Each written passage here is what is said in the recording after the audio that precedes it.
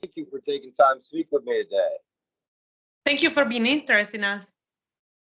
I wanted to ask about the recording process for the album. Uh, Tell me how the creativity works for between you all. It works always in the same way like we ever did. We start usually from a riff or something about a refrain that comes in his mind, and then we work all together on it and doing the song over and over again until we are pleased with it. And then we usually do it another time again. So they are more than pleased with that. So it takes a lot of time for us. Yeah. We started from an idea and then we focused on it, and then maybe it works. It came out a good song in a week or 2 weeks. Maybe it takes also months to control, recheck, to refine something big. So we are very happy to be particularly on focus on each songs, because we don't want to make fillers on our album, and every song has a particular meaning for us, and a particular feelings, a moment, a movie, a sensation. So we want to transmit others our states, our impression, our feelings to metalheads. This time has been a bit complicated than usual because of the pandemics in first instance. Then we had stop for a few months. We couldn't meet each other with the band, and so it took a bit longer. Than we had losses, family issues, so it wasn't that easy. It has always been until now, but yeah, we managed. We did it another time. And I personally think that when you are closed in a room, especially for a pandemia, you don't have experience to transmit to others. You are closed with yourself, but in some ways you have nothing to say. So when we are open and we can go out after the pandemic, always started to work again, experience feelings, bullshits, drinking, make party, and so our brain has started to move again. And speaking of the strength of the songs, I wanted to ask you, how much time was spent on the placement of the tracks on the album? I don't get the question, sorry. The flow of the album is great from top to bottom. How much time was spent in putting the tracks in order? By heart. I mean, no particular. No, we didn't think too much on it. We just we wanted Breaking the Spell to be the first one, and then we always decide to have like a flow, which is not too rushed in the first part and not too loose on the second part. So it's like a balance. Once we had all the song record, we just listened to them and decided quite easily the way they go. And Fair City is a standout track for me. I wanted to ask if you could speak on that track. Which one? Nightmare City? Yes. Yeah. Oh, Nightmare City. As usual, we speak about horror movies and occult, and especially Italian horror movies. In this case, I was particularly impressed by Incubo sulla città contaminata, is the movie title, and for the U is Nightmare City, the title translated in English, directed by Umberto Lenzi. So I started to have this idea of make up-tempo songs, U metal, early U metal 85 style. Dun, dun, dun, dun, dun, dun, dun. In some ways, with slight US early heavy metal influences for the chorus, and then for the solo parts. And I decided that the movie and the songs fit perfectly well is in every minute of the song is a feasting face, pam, pam, pam, pam, pam, and the chorus is to shout it loud, and it works. Is that a shower singer song? Shower singer song. For speaking details, the solo I try to make a two type of solos. If you listen to it, there's a fast solo, the main solo, and then Davide solo is mid tempo, and this was influenced. Lizzie Borden influenced me on this kind of duality, solo duality. If you are listening to first Lizzie Borden albums, often they made a fast solo and then a mid-tempo solo. I wanted to ask you as well to speak on the song Shocker. It's another standout track to me. The first one, I mean. Yes, Shocker was the first one. The idea began in 3 years ago, and it takes so long to become this song. To get the final shape. Yeah. The idea, I had the idea from the movie, and especially from the soundtracks. If you listen to it in the solo parts, there's a refrain of the soundtrack of the movie. And then I want to try to make particularly songs like early LA Sheen, US metal. If you listen to it, you are a refrain of early Motley Crue, Rat, and this was the idea I have in mind, but mixed with always EU metal, especially 85 Warlock or Running Wild or Accept for some ways, and it works. It works for me. It works well. It has the feeling of a song from another time, especially from all metalheads.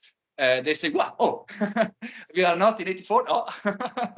Yeah, I think it was great as it brought me back to the movie, and it also reminded me to go back and listen to Paul Stanley's track on the album, because when I heard that, it really brought me back to listening to that track again.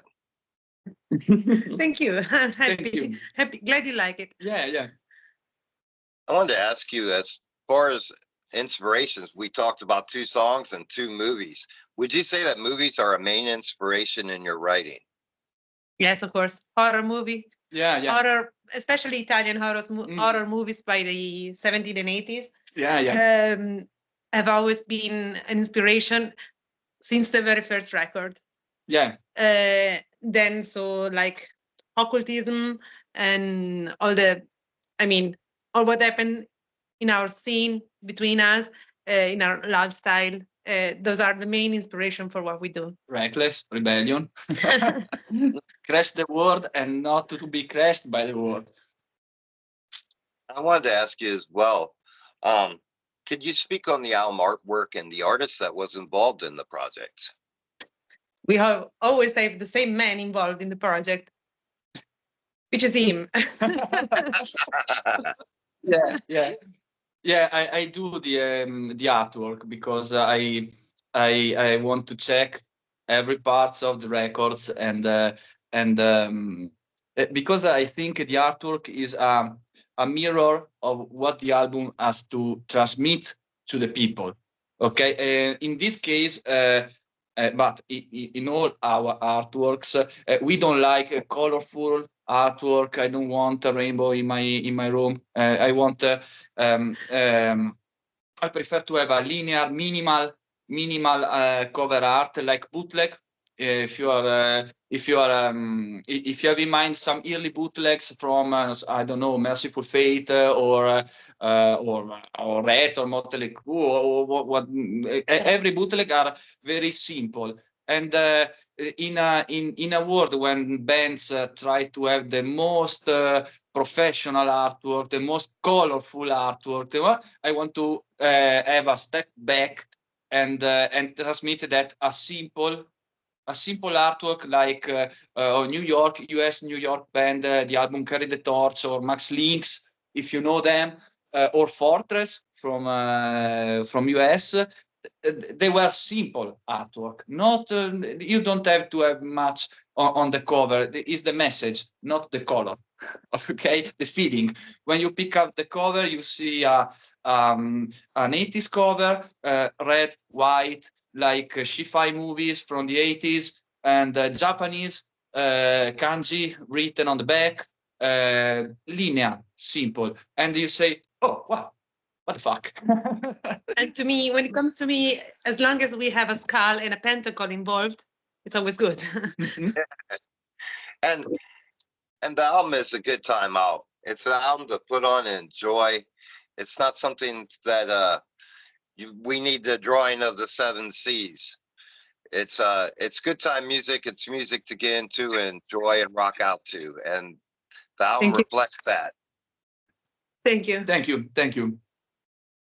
I wanted to ask you, what's the next step for the band? What lies ahead for you? Promotion for this album. Yeah. We don't want to look too far away. I mean, now we concentrate on promoting this album, especially abroad. In Italy, we don't have many appearances until now, but we are quite well involved in festivals and so on around Europe. And we will just wait and see who will call us, who will be glad to have us. Maybe for next time we will be working better on a EP instead of a whole album. Like the Beyond. Like the Beyond it was. First EP. Because it's like, now it's 16 year of the band, so we need, I don't know how much will it take from doing another full length. So we don't have that much issues in our career. I mean, our motto is that we record an album when we have something to say, not a shelf to fill with another vinyl. So when we have something to say, we record an album. I don't know. And speaking of 16 years, I wanted to ask you, can you take me back in time and tell me how this all started? When we were young and strong. With more hair. Everything started in Rovereto. It was 2008. Yes, 2008. Yeah. We were curious to build a band under pseudonym. We didn't want to show our faces back at the time, and to compose some songs that people could be mistakenly taken for be recorded in the 80s. I mean, back at the time in Italy, there was so much new metal going on, and we were thinking about, why don't we do something which steps us back in the time? But we didn't want to show our faces because we didn't want the people to be influenced by who did the record. So we just began to compose a couple of songs, and then we decided they were too good to be left just in the studio and in the closet. And so we decided to go on stage, to walk on stage. We had me and Bob are in the band since the very beginning. Our drummer came with us 10 years ago. Yes, Corrado joined the band 10 years ago. And for the rest, we had very big lineup changes, especially on the bass guitar. We changed the bass guitar a lot. But yeah, more or less, we have this, the same inside nucleus to be working on. I think we have been lucky because we met people who have loved to work with us. Our first producer was an American guy, Dave, from Heavy Artillery Records, who believed in us and gave us the possibility to make a step forward. And so, as festival were interested in calling us, we were more than inclined to do something new, and the rest is history. It's the third full length by now. We have a demo tape from 2008 and an EP in 2011. So we have, I mean, we could be proud of our history. Yeah. I wanted to ask you, being a guy of the '80s, I wanted to ask you, what were some bands that '80s bands that influenced you? Hmm. That's for you. Qua dipende dagli anni 80. Uh, we speak separately, maybe, because as it comes from me, like a singer, of course, there is Laura Pesh. Mhm. She's the metal queen. Everybody knows her. But when you dig a little deeper, you find many other voices that influence you more, like Leder Leone from Chastain, Mhm. which who I love the best. To me, is the best singer ever. And then I would say Rob Halford by Judas Priest. And maybe in some ways Eric Adams from Manowar. Those Yeah. are my best influences, like a singer.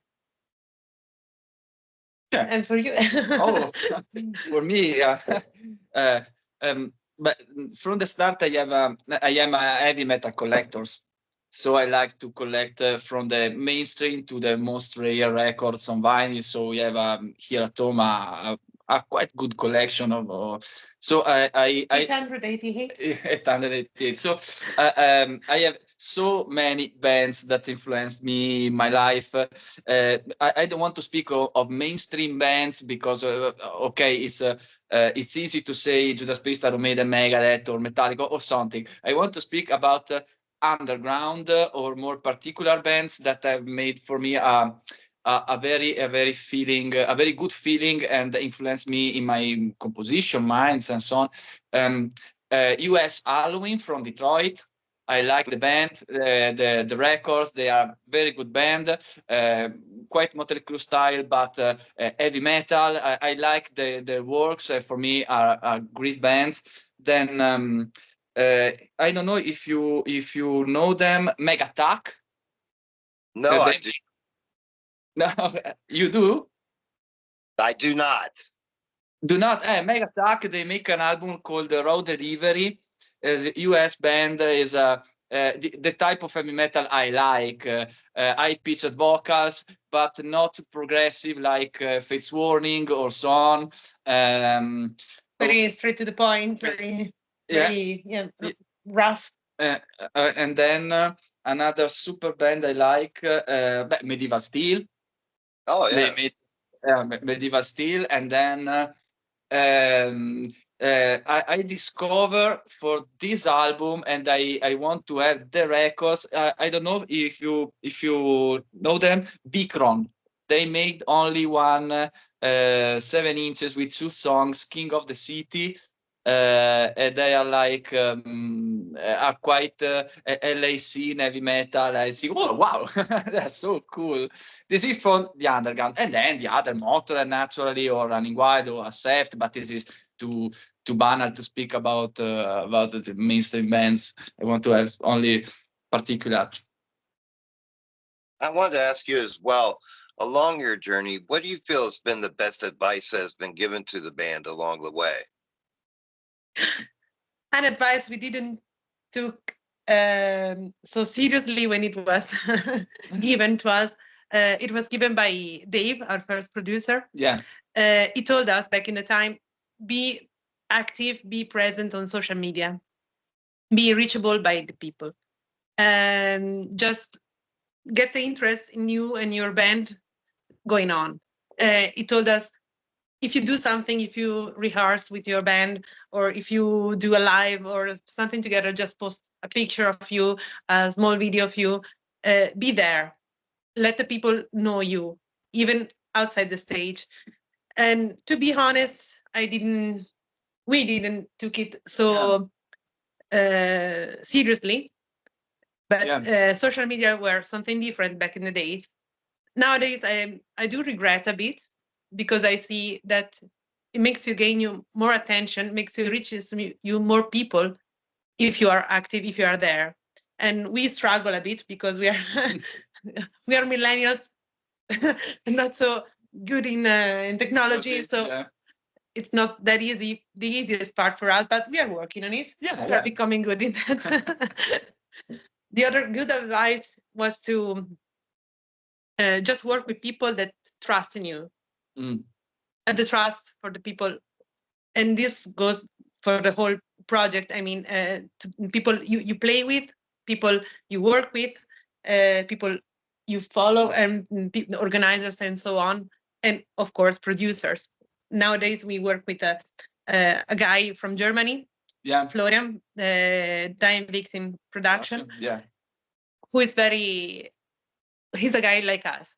We are the same type of person. We get along together. We knew him since a very long time. I trust him 100%. I'm sure he wants the best for us, and we want the best for him too. And this is the best advice, because if you cannot trust the people you work with, it's a very long road to the top. Absolutely. I wanted to ask you, going back to the album, what is the best way to get a physical copy of the album and any merchandise that you have? Florian has a very good presence on the internet. You can get the record directly from his store, Time Victim Production, as said, or you can get in touch with us directly on our social media for the merchandise. If not, you have to come to see us in the show. And speaking of that, are you considering going on an extensive tour? Not so easy for us. We are 5 different people with 5 different day jobs. We have families, so extensive tour could be tricky for us. We never consider it properly. Yeah, maybe one day. You never know. But when it comes to something too long to be organized, it's not that easy for us. And lastly, I wanted to ask you if you could give a message to your fans. What would that message be? Drink. Have fun. Don't let the world crush you, as you told before. And like I finish all the interviews, always fight for rock. Yes. Well, I want to take a moment to thank both of you personally for creating an album that I enjoyed from top to bottom. You guys have delivered an amazing album, and I couldn't wait to speak with you about it because it was hard for me to find 2 tracks just to discuss. Thank you so much. Thank you so much. I really love that you enjoyed it. To me, it's the best one we made until now. So I'm proud of it, and I'm happy that people can relate with that. And thank you for your time. Thank you, my friends. And you have a great rest of your evening, my friends. You too. I don't know which time is you. It is 10:30 a.m. here. 10:30 a.m. Okay, have a great rest of your day. Thank you. The drinks haven't even started flowing yet here, so I'll have to remedy that here shortly. You guys have a great rest of the evening. It's a pleasure speaking with you. Cheers. It's been a pleasure. Thank you. Thank you. Bye.